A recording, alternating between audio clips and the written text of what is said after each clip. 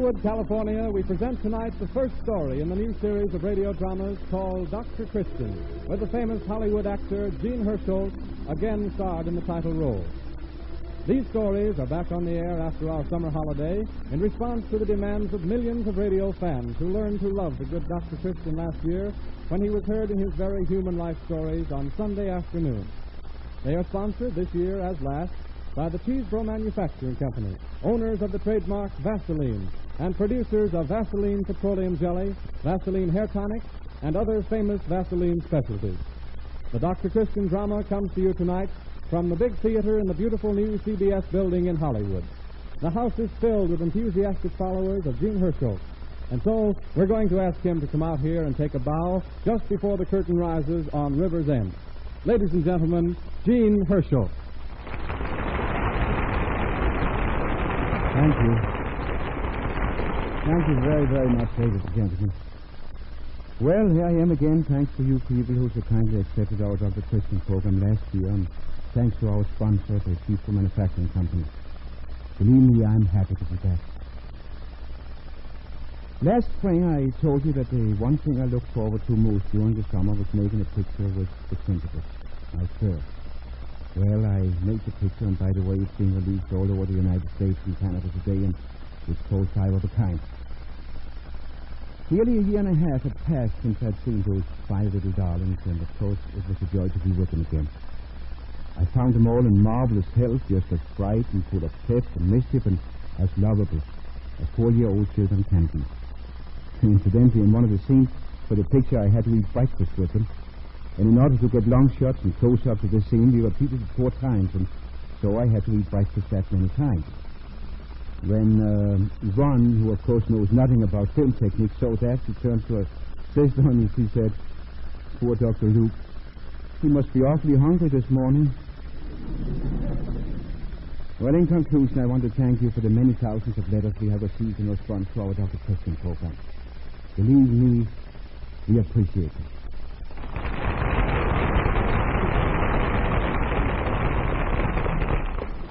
And now let us take you by the magic of radio to River's End. It's 6 months since we last visited this neighborly little village nestled on the banks of the river and surrounded by mountains that were then a misty green but are now a blaze of scarlet and gold. Ground is already broken for the new hospital, which you will remember Joe Perino donated to our beloved Dr. Christian in return for the doctor's sympathy, understanding, and very practical help in Joe's youth. A marvelous site has been selected for the hospital, which is to crown the hill at the bend of the river. A few of our houses have been treated to a coat of paint. Otherwise, River's End looks just the same. The cane-backed rockers still idling under the portico of the United States Hotel, the sunlight making the same lovely pattern through the old elms that line our streets. Only Roy Davis Drugstore presents a new note with a handsome window display put up in honor of National Pharmacy Week. And you can be sure Vaseline products are prominent in this display. Certainly the doctor himself hasn't changed a bit. He's got the same kindly twinkle in his eye, the same spring to his step.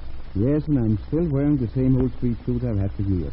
Oh, but if you think the past 6 months have been just another summer in my life, you're very much mistaken. Why? What happened?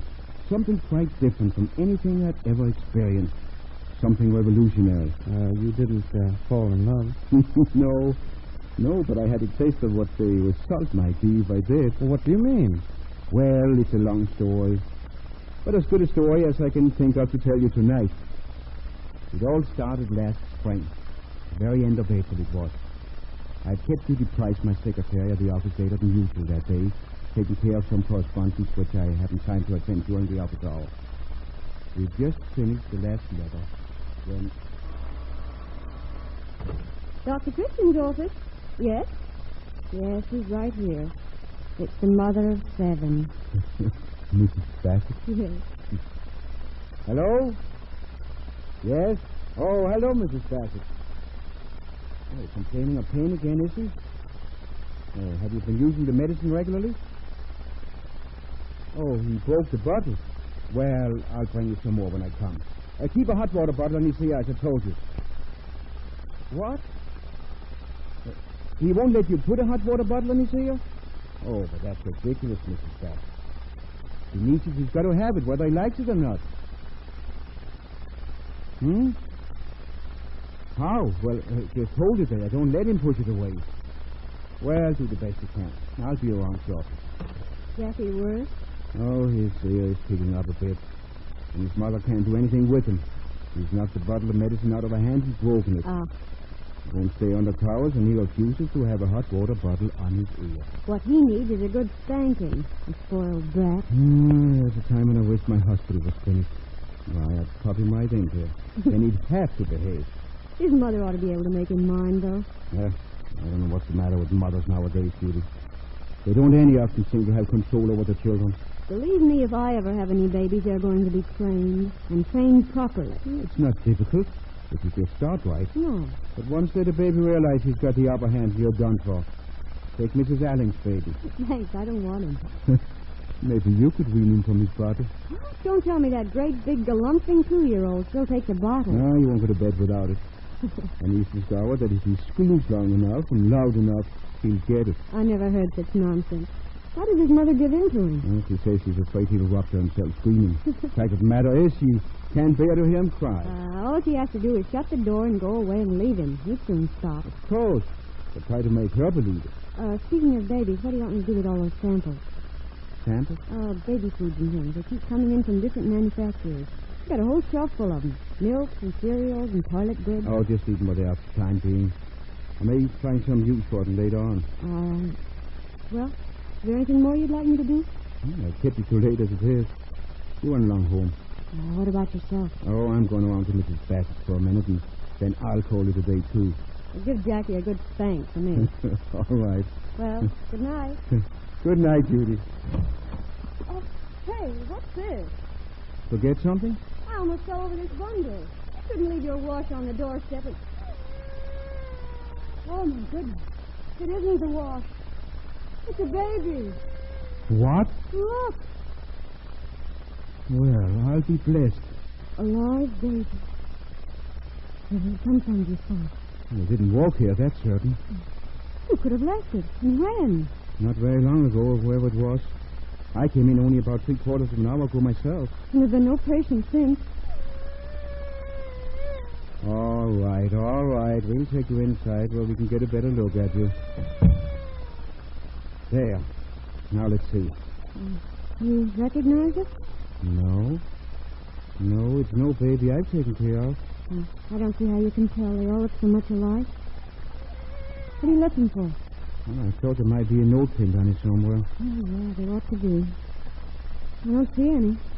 Now, let's unpin these blankets. Maybe there's something inside. Oh, mercy. What a teeny little mite. Only a few weeks old. No, there's nothing here either that would explain. First sample we've ever had left on our doorstep that didn't have some instructions with it. Not even a label on his clothes to help identify it. Do you suppose it could be a kidnapped baby? No, the chances are it was left here by its own mother. How could any mother abandon a darling little thing like this? For one or two reasons. Poverty or disgrace. Oh, the poor little lamb. Hush, darling, don't cry. Don't cry, honey. You're all right. We'll take care of you. Oh, please, baby, please don't cry. Please. Dr. Christian, can't you do something to stop it? He's all right. All right. Well, just listen to it. That's not pain. That's just a hungry cry. Hungry? Oh, how awful mistreated it. Right away. What? Now, don't get excited, Judy. There's no hurry. Oh, I don't know how you can say that. Perfectly evident it's starving. Any minute now it'll begin to turn blue. The samples. We can use the samples of baby food. I knew they'd come in handy. See, darling? See, there's a whole shelf full of cans for you. See? Oh, it won't look. Its eyes are screwed tight shut. I'll fix up some kind of a formula. Oh, in the meantime, suppose you change its pants. Oh, is it? Oh, dear. So it is. Now, how am I going to manage? Well, that's your problem. I'm the dietitian. Hush, precious. Hush. Oh, before you start in on that business, call up Roy Davis for me, will you? And ask him to send around some nursing bottles and a box of the first-size nibbles. All right. Only hope the baby doesn't burst a blood vessel before they get here. Give me Davis's drugstore, please. Hello? Roy? This is Judy Price. Will you please send around some nursing bottles and a box of nipples? Small size. Small size, right away. To the doctor's office, yes. There's no one there you can send it to? Well, you'll have to bring them over yourself. We can't wait. We can't wait. The baby's half starved. Don't you hear it? No, it's not a patient's baby. It's his baby. What? Just now on the doorstep.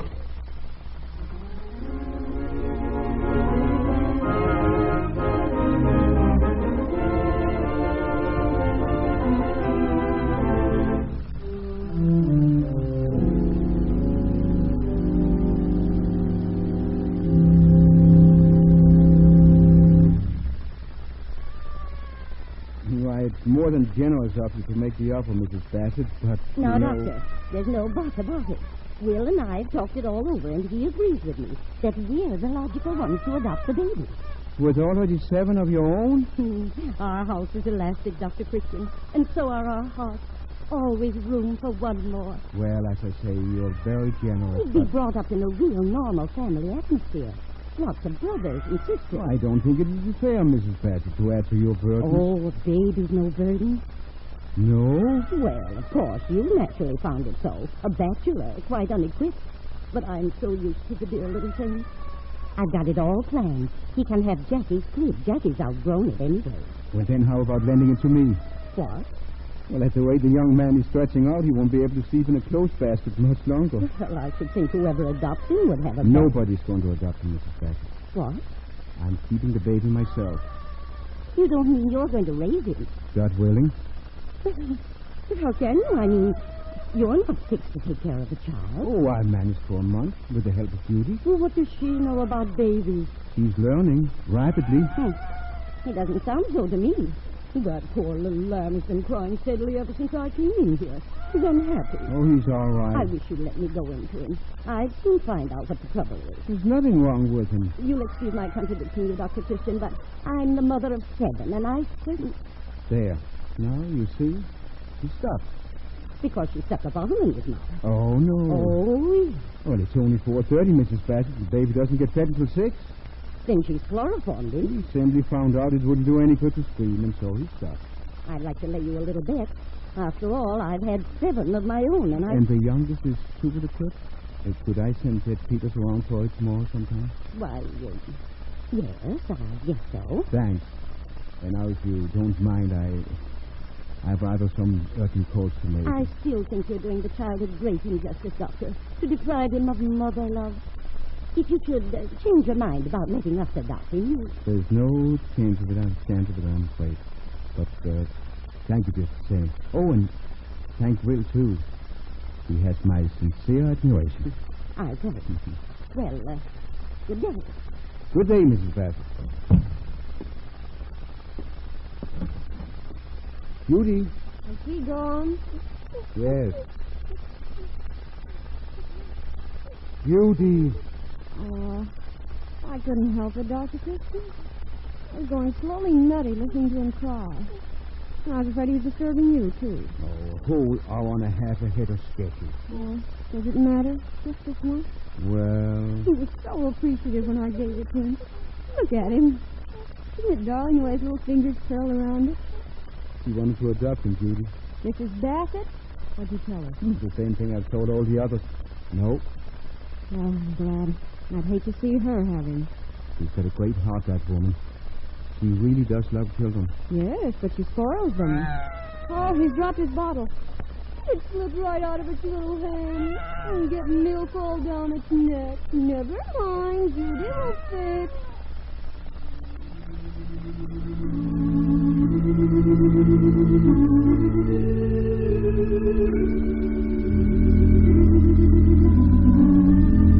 Our program will resume in a few seconds. In the meantime, may I say a word about the products that make this program possible? Here is an interesting fact which few people realize. One of the most important organs of your body is your skin. It is only a tiny fraction of an inch thick, yet it protects you from all kinds of infection. It helps to regulate your body temperature. It helps your body to get rid of important waste materials. If more than a third of the total skin area of your body were injured so that it could no longer do this work, you probably couldn't live. Because your skin is so important, Vaseline jelly is one of the most useful items in your entire medicine cabinet. It meets literally dozens of skin problems. Minor irritations and rashes, rough chapped skin, burns, cuts and scratches, tired, sore feet, all respond to soothing Vaseline jelly. You see, Vaseline jelly is so wonderful for your skin because it does three things. It forms a thin film that helps to keep infection out when the skin is broken. It assists healing, and it softens and lubricates the skin by supplementing the natural skin oil. If you haven't a jar or a tube of Vaseline jelly in your medicine cabinet now, get one tomorrow. It costs only 10 cents anywhere.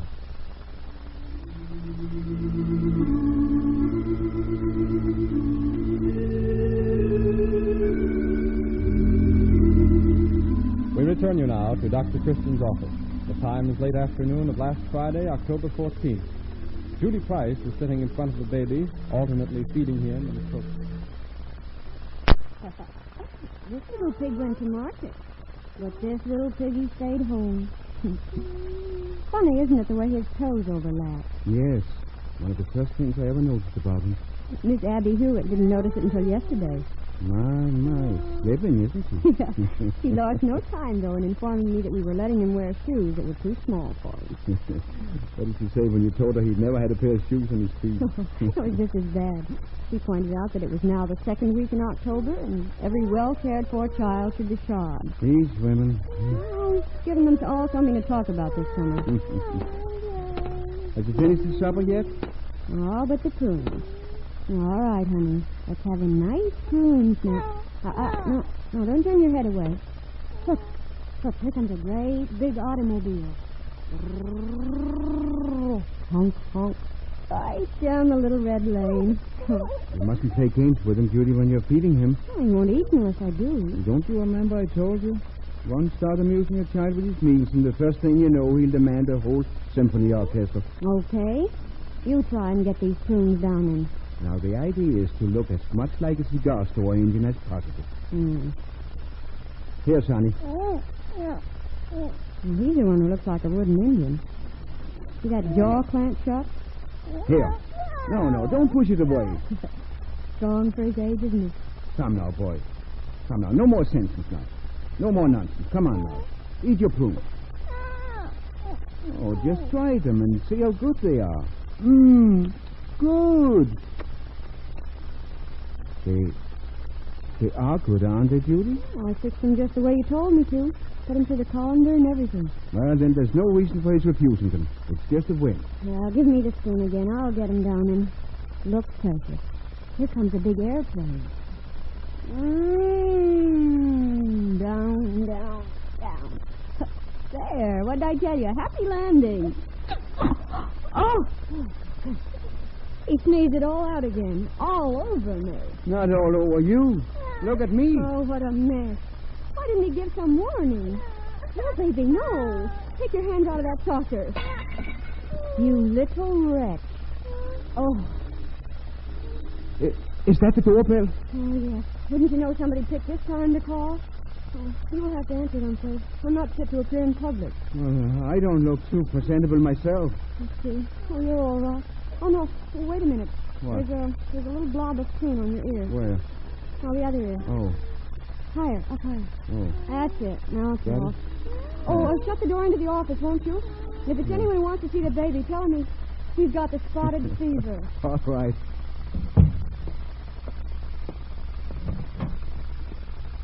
Dr. Christian? Yes? I hope that's fine, dear. Well, come in. Thank you. Oh, you're hurt. Oh, it's just my ankle. Here, let me help you. I turned it this morning, but it didn't begin to bother me until a little while ago. Then it started swelling. Sit down here. Thank you.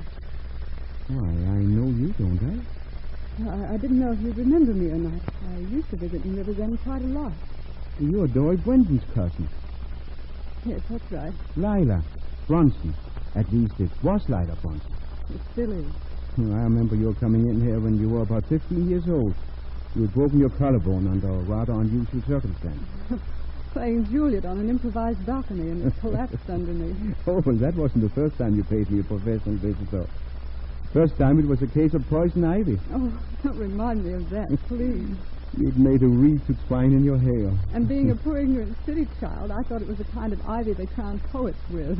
And this time it's a sprained ankle, Well, I hope it's nothing more than a sprain. Well, you take off your shoe and stockings and we'll see. All right? Yes, sir. It is rather badly swollen. And some discoloration. Does that hurt? No. That? No. Why, what are you looking at? I was just noticing your toes.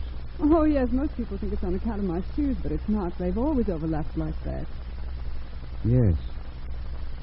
Yes, I imagine so. Well, I guess this is just a case of an ordinary sprain, and not a very bad one at that. I'll bandage you up, and you'll be all right in a few days. That's good. Tell me, where you're living now? New York? Playing Juliet on Broadway? No. Or writing poetry in Greenwich Village? Oh, I've tried my hand at both, but I was a dismal failure. It seems to be a habit of mine. So? So now I've got a very prosaic job working in an office. You like it? I hate it. Yes, I suppose you would. Anyone as romantic as you. Oh, I'm not romantic anymore. I've had that all knocked out of me. That's too bad. It's a good thing you asked me. Being romantic doesn't pay in this world. Oh, I don't know. I do. Now, if you just hold your foot up in this position, and that's it. Oh. Oh, I'm sorry if it hurts, but I have to bandage it tight. It wasn't that. I jumped because I was startled. I thought I heard a baby. You did? In the next room. I didn't realize I was taking him away from another patient. He's not a patient. He's mine. Dr. Christian. Didn't your cousins tell you about my baby? Well, they did say something now that you mention it. I'll bet they did. Dora's been crazy to adopt it herself. Why don't you let her? For the same reason I won't let anybody else in the Riverside take him. He was entrusted to me. Oh. That's awfully kind of you. Well, as a matter of fact, I'm really being very selfish about it. I don't want to give him up. You don't? You can't imagine, Lila, what it's meant to me to have that little fellow with me these past 6 months. It's brought hundreds of babies into the world. I prescribed for hundreds more, but this is the first time in my life I've ever had a baby to live right with me, where I could watch its little body and brain and personality develop day by day. It's been a wonderful experience. So wonderful that I can't help but feel sad. Sad? Why? To think that his own mother is missing it. Maybe she's dead. Perhaps. But if she's alive, I'm sure she must regret what she's done. That's all life is anyway, isn't it? Regret. There. I guess that'll do the trick. If you can't get your shoe on, I can lend you some kind of a slipper, and Thank you, Doc. while you get your stockings on, I'll go in and say goodnight to the baby. Dr. Christian, Yes? I wonder, do you suppose I could see him? Well, he's just ready for bed. Just for a minute. Well, all right. Judy, Yes? is the baby socially presentable? Bleeding from the skin out. Oh, then bring him in here quick before anything happens. There's a young lady who wants to see him. All right. He's awfully sleepy. He's been rubbing his fist in his eyes. Oh, hello. Hello. Lila Bronson. Oh, yes, of course. I remember. You used to visit Dory Brinton when I'd come. Is this the baby? This is His Royal Highness. Julie Miss. Oh, he's beautiful. He's pleased with the compliment. See him smile? He likes you, Lila. He really smiling at me?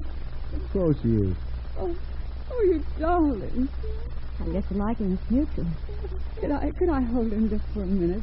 Well, he's got to sit up or something. That dress of yours looks very new. Oh, I don't mind. I don't mind. I want to know how he feels in my arms. Well, Better sit down first. All right. Now give him to me. here. Oh, so... I mean, he's big, isn't he, for his age? Oh, look who's been taking care of him. Oh, and warm.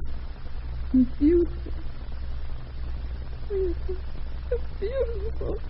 Oh, Lila, Beautiful. I'll take him. No, let me keep him a little longer. You can keep him as long as you like, Lila. Well, don't be rash, Doctor, because she might decide to take him home with her. It's all right with me. What? Would you like to adopt him, Lila? Dr. Christian. And bring him up as your own? My own. It would be a big responsibility for you, I know, but you'll find it was worthwhile. It would change your whole life, my dear, to have someone to live for and work for and love. You wouldn't mind giving him up? I was only keeping him till the right person came along. For I knew that someday, if I waited long enough, she would come. She couldn't possibly help it.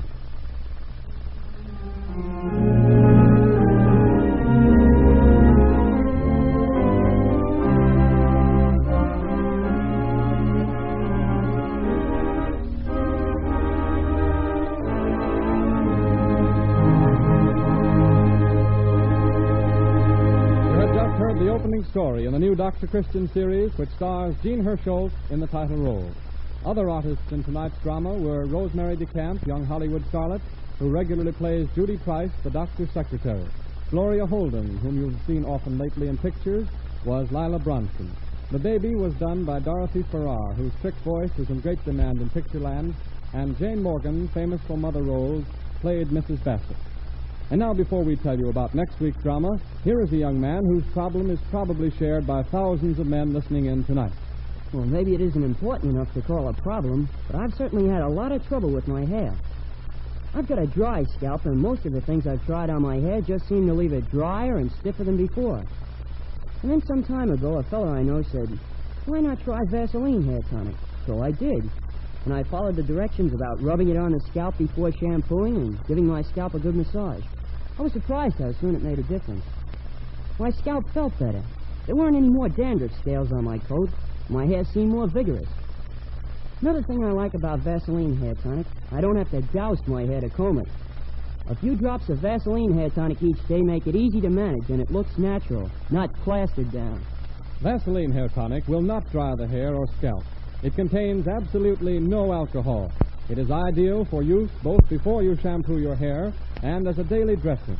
Vaseline hair tonic comes in generous shaker top bottles at 40 and 70 cents and lasts a surprisingly long time.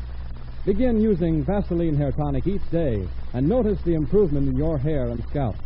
Be sure when you buy any Vaseline product to look for the trademark Vaseline, whether you are buying the plain Vaseline jelly or any of the famous specialties, such as Vaseline Carbolated Jelly, Vaseline Borated Jelly, Vaseline Camphor Ice, or Vaseline Lip Ice.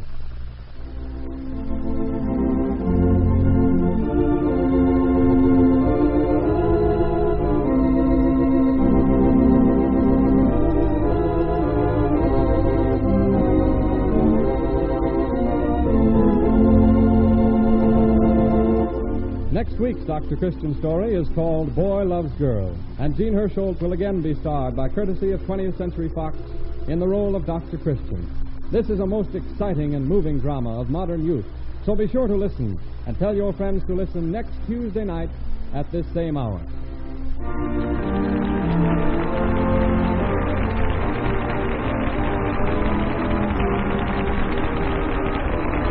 Your announcer is Arthur Gilmore.